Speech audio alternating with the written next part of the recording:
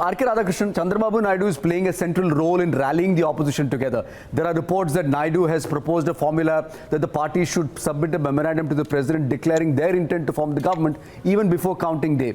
What is the game that Naidu is playing? Naidu simply wants the upper hand in the battle between, YSR, Reddy and, KCR. That's all. I mean, it's three people in a very small pond trying to all act like national leaders. You had KCR come to Chennai, go to Trivandrum, try to meet Mamta, which didn't obviously happen because Mamta didn't want to meet him. And then again, you have Naidu playing the same game. Now, it all hinges on how much Naidu brings to the table. If he's going to bring only, say, 5 or 6 to the table, which seems a very realistic possibility, given that Jagan is doing so well in Andhra, he is going to be irrelevant as far as national politics is concerned. Krishna Prasad, exit polls seem to be very divided in Andhra Pradesh. 2 pollsters have predicted that Naidu is going to retain Andhra, while 2 others have predicted that Jagan Reddy is going to be sweeping. What's your assessment? And how does this add up to this to the game plan that both are playing to have some sort of a role in the center? Harsha, it's a very good question. I think the role of Andhra Pradesh and Telangana in the next government is quite critical, looking at the moves both KCR and Chandrababu Naidu are making. But there is a third Telugu, don't forget that. The third Telugu in this race is Ram Madhav. You see there are these 3 Telugus who are playing a critical role.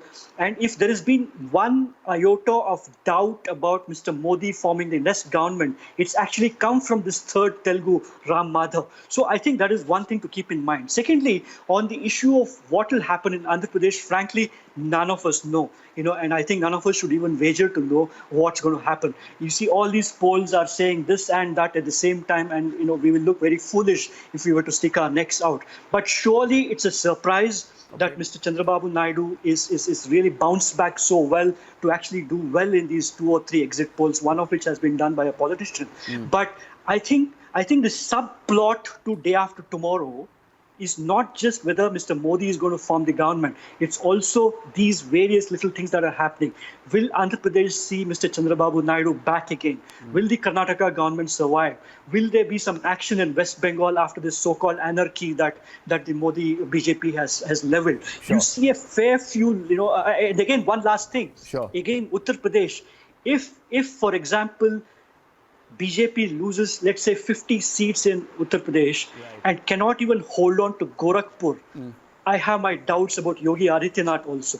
So therefore, there are lots of subplots here, but I think the Telugu-speaking states are going to play a very big role. One of the reasons I think is also the resources that they command. I think both chief ministers have enormous amounts of resources to kind of cobble together these things. And Mr. Chandrababu Naidu has been at this game for the last 30 years. Here in my backyard, he played a key role in 1994 when his father-in-law's government was overthrown. And from that point, you've seen him play this role repeatedly. Okay. And I think you're seeing the same thing once again.